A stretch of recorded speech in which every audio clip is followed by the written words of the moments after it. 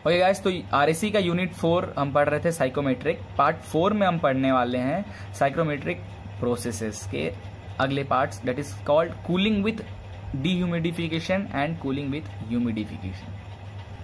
Okay guys, तो first of all हम discuss करेंगे कूलिंग विथ डीह्यूमिडिफिकेशन, ठीक है।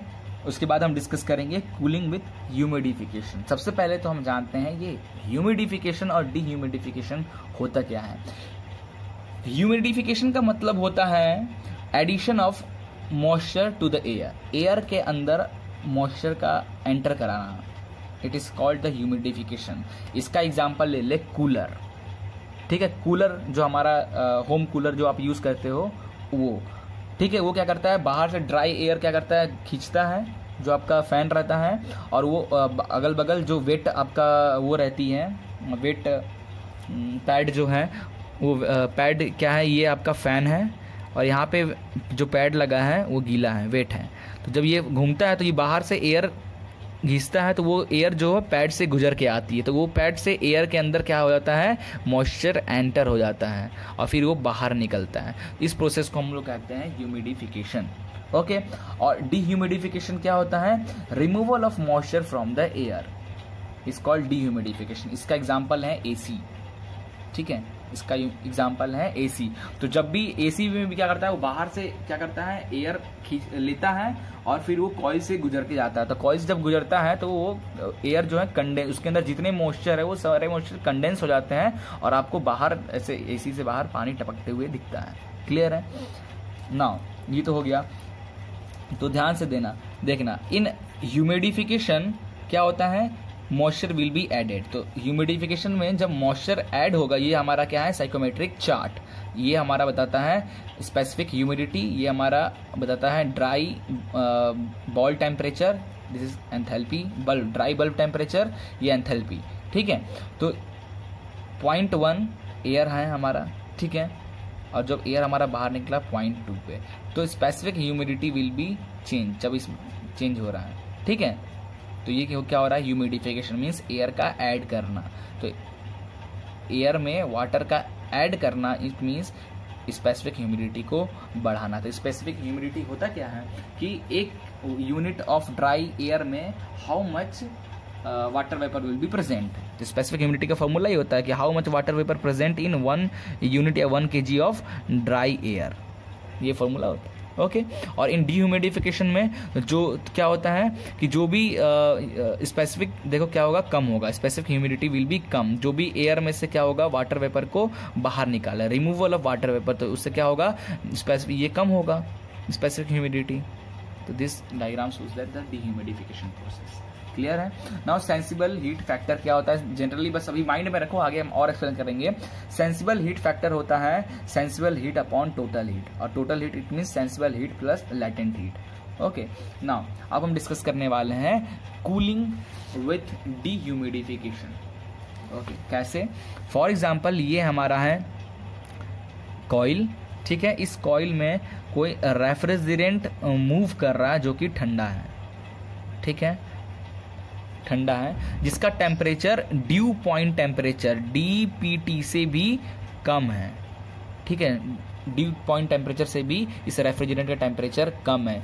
इसमें से जब एयर मूव करती है तो क्या होता है, उस एयर में जितने भी मॉइस्चर हैं, वाटर मॉलिक्यूल्स हैं, वो क्या होते हैं, कंडेंस होना स्टार्ट हो जाते हैं।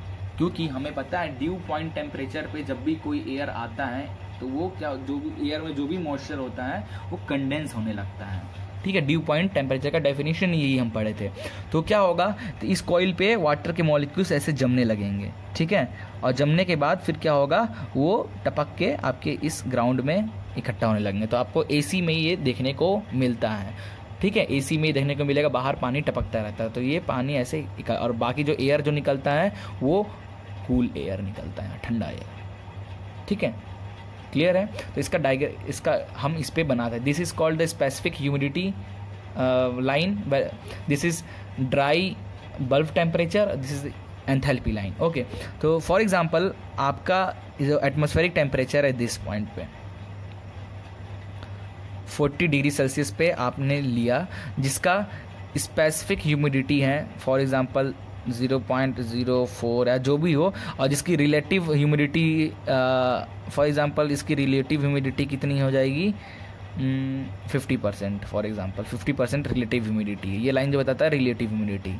अब ये जब डीबीटी तक पहुंचेगा, इस कॉइल तक पहुंचेगा, तो इसका टेम्परेचर विल बी चेंज। ये जो पॉइंट है, this is point 1, this is point 2, ये जो पॉइंट है इस पॉइंट को हम लोग बोलते हैं DPT point. Okay, due point temperature. तो ड्यू पॉइंट टेम्परेचर पे जैसे होगा तो वो क्या होगा, वाटर के जो मॉलिक्यूल्स है वो कंडेंस होने लगेंगे।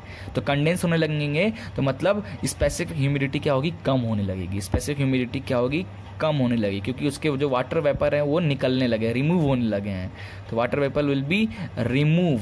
तो ये होने लगी, ये जो प्रोसेस 2 से 3 है, इससे हम बोलते हैं डीह्यूमिडिफिकेशन। क्या बोलते हैं, process removal of water, water को रिमूव करना with the help of this, तो डीह्यूमिडिफिकेशन। तो वाटर रिमूव हो रहा है, it means specific humidity will be decrease. तो specific humidity will be decrease, it means water will be remove, क्योंकि specific humidity का फॉर्मूला ही होता है कि how much water vapour present in the 1 kg of या 1 unit of dry air. Okay, now अब ये तो हमारा थियोरेटिकली हम ऐसे पढ़ते हैं, ठीक है। एक्चुअल में ये लाइन हमारा कुछ इस तरह आकर जुड़ता है, ठीक है। और जब यहाँ कहीं पॉइंट, ये जो पॉइंट 3 ऐसे 1 2 3 बन रहा है, ये कहीं 1 ऐसा कहीं बनता है, ठीक है, 1 2 3 ऐसा बनता है, ठीक है। तो हम इससे हम पॉइंट 4 ले रहे हैं।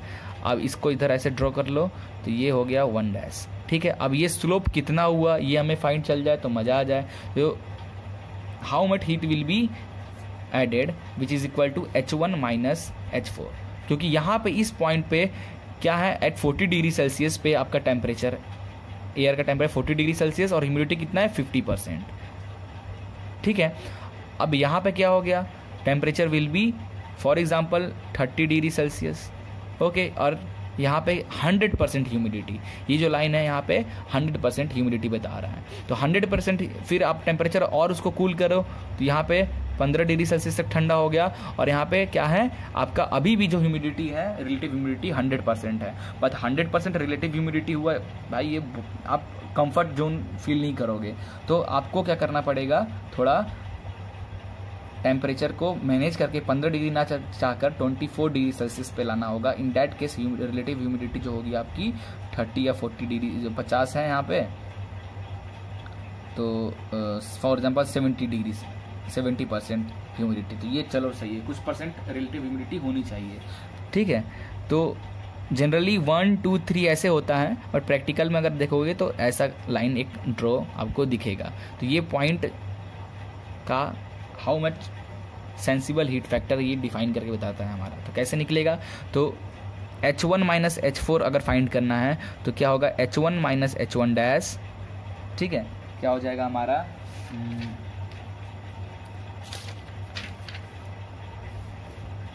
H1 minus H1 dash plus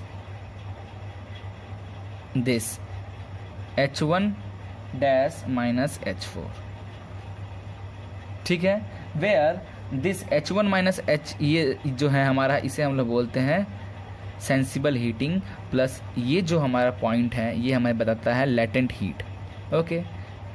तो ये फार्मूला जो फाइनल बनेगा ये हमारा बन जाएगा H1 minus H1 dash upon H1 minus H1 dash plus H1 dash minus H4। Final हमारा सेंसिबल हीट फैक्टर क्या निकल के आएगा, दिस। क्लियर है। Same in cooling with humidification. तो कूलर का एग्जांपल लेते हैं, कूलर की होता है ये कूलिंग विथ ह्यूमिडिफिकेशन, मीन्स यहाँ पे मॉइस्चर का ऐड करना एयर में। तो ये देखो, ये कंटेनर है, ठीक है, ये एयर पास हो रहा है। तो जो एयर पास हो रहा है इस कंटेनर से, तो एयर जो आउट हो रहा है, फॉर एग्जांपल ये 40 डिग्री सेल्सियस का टेम्परेचर यहाँ पे है और यहाँ पे निकल रहा है कितना, 25 डिग्री सेल्सियस। ऐसा क्यों हो गया, तो इसमें हम क्या कर दिए, कुछ वाटर मॉलिक्यूल्स का ऐड कर दिए, ठंडा पानी मॉइस्चर ऐड कर दिए। तो ये हमारा ऐसा हो रहा है, तो ह्यूमिडिफिकेशन कर रहे हैं यहाँ पे। तो क्या कर, ये पानी है, इस पानी को हम पंप कर दे रहे हैं और ये स्प्रेयर स्प्रे कर रहा है। तो जब ये एयर मूव हो रहा है तो ये जो स्प्रे से जो वाटर जो है वो छोटे छोटे मॉलिक्यूल्स में निकल रहे हैं, जो कि एयर में ऐड हो जा रहे हैं और फिर उस एयर को ठंडा करके बाहर निकल रहे हैं, एयर आउट।